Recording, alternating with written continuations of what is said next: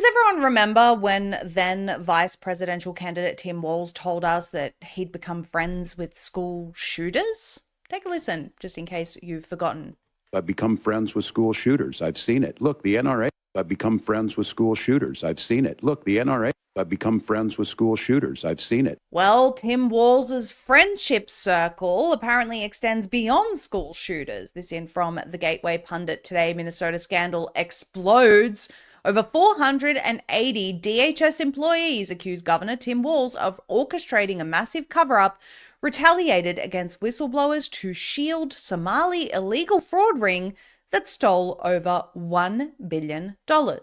The Minnesota governor, Tim Walz, is under fire after employees from the Minnesota DHS issued a bombshell statement accusing the far-left governor of orchestrating a sweeping cover-up to shield a sprawling Somali immigrant fraud ring that stole more than $1 billion in taxpayer funds and punishing whistleblowers who tried to stop it. According to DHS insiders, Walz not only ignored early warnings, but actively retaliated against agency employees who sounded the alarm. They now accuse his administration of using political intimidation, monitoring, threats, and agency manipulation to suppress evidence and silence witnesses. As the Gateway Pundit reported, 70 members of the Somali community in Minnesota were involved in stealing $250 million in COVID funds that were intended to feed children. Millions of dollars were stolen from American taxpayers and sent overseas to Somalia, and 80% of the money has not been recovered. 7 defendants were tried in connection with the scheme on charges relating to stealing more than $40 million in taxpayer funds, and 5 were found guilty. However, the FBI is still investigating an attempt by a Somali woman to bribe one of the jurors with $120,000 in cash. However, the fraud extends deeper, with multiple schemes of this nature occurring over the last 5 years. Per the New York Times, quote, federal prosecutors say that 59 people have been convicted in those schemes so far and that more than $1 billion in taxpayer money has been stolen in 3 plots they are investigating, end quote. During an interview with NBC's Kristen Welker, Walz responded by touting Minnesota's generosity and claiming that the state attracts opportunists because it's prosperous and well-run.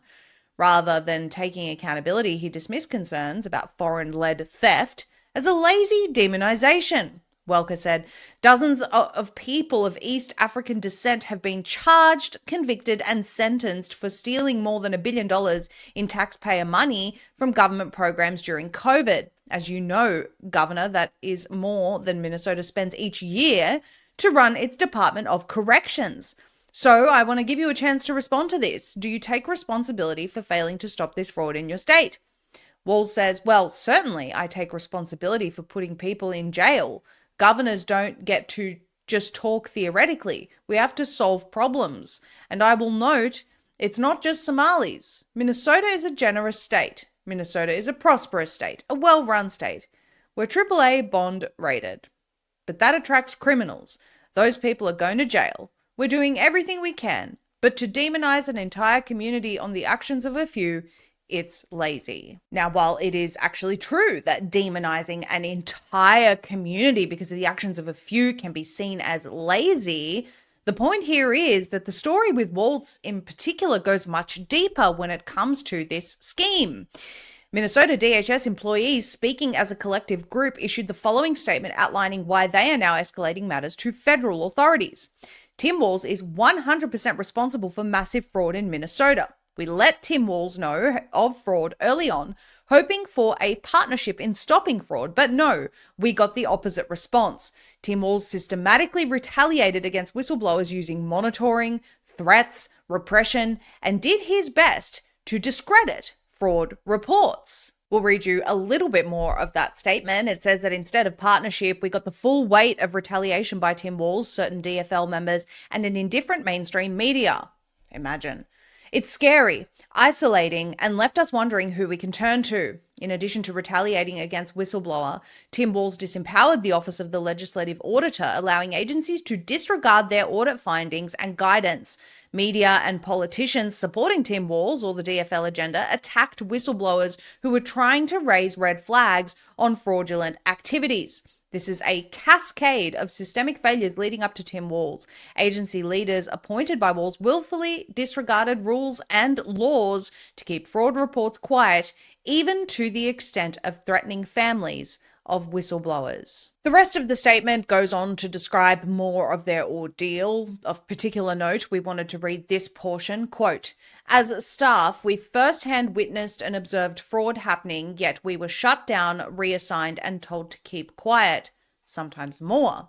Leadership did not want to appear to discriminate against certain communities and were unwilling to take action, such as stopping fraud, that would have an adverse impact on their image." End quote.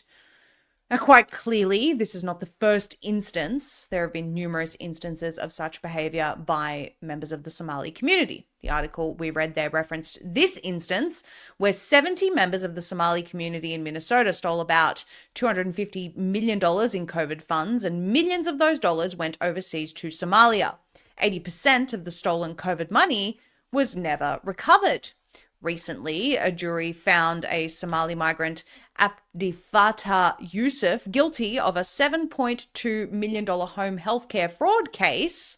And despite the jury finding him guilty, the judge, Sarah West, last week decided that they got it wrong, overturning the verdict and issuing a judgment of acquittal. So we do see a pattern here. These so-called minority communities commit crimes, and these hard-left judges release them back into the community, where the example must be made of these people to deter them from committing such crimes. Quite the opposite is going on.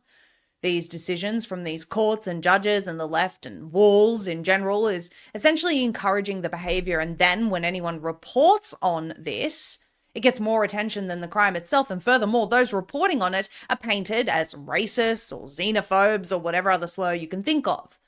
It's like the Italian mob never existed and it was never dismantled by Rico. The fact is that race exists, racial groups exist, and clearly there are a group of Somalis in America who are defrauding American taxpayers and the government. The very real problem is when we have something like the Somali community. You can't have your cake and eat it. Oh, you're going to blame the Somali community? Well, yes, if you're going to say that these people defrauding Americans are part of the Somali community, then it is going to reflect on the Somali community. And why is there a Somali community? Are you part of America, or is there a little Somalia in America? What's going on here? You come to a new country, you embrace its culture, its laws. It doesn't mean you forget your history or your background, but you don't move to a new country to turn that country into the country you came from, and certainly not through defrauding the new country and its tax-paying citizens, and furthermore, in order to send it back to your old country. If you want to enrich your old country, stay in it. Fix its problems from within. This type of behavior is what is driving the America First conversation, with more people growing in the opinion that immigration should require assimilation. You come here, you love and serve America, you contribute to America, you embrace America and her values and her laws, culture and customs, or stay home. As far as Tim Walz and Democrats who continue to allow, and it seems encourage, this behavior go, we'd like to know when the arrests and court dates are happening. It's all well and good for these things to be exposed to reinforce our already perceived reality of the left, if you will. But who is going to hold them to account? Thus far, we've seen none of that. If we don't see accountability, we won't see change.